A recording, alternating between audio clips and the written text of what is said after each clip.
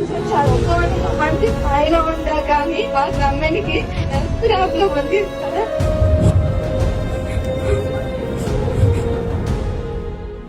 ఈరోజు ఇక్కడ మా అమ్మగారు కూడా ఉన్నారు సార్. నన్ను అంటే ఇబ్బంది ఉంది. ఇక్కడ తమ్మునికి ఈరోజు ట్రీట్మెంట్ ఉంది, డబ్ల్యూబీసీ అన్ని తగ్గిపోయాయి, ఇన్ఫెక్షన్ బాగా ఉంది.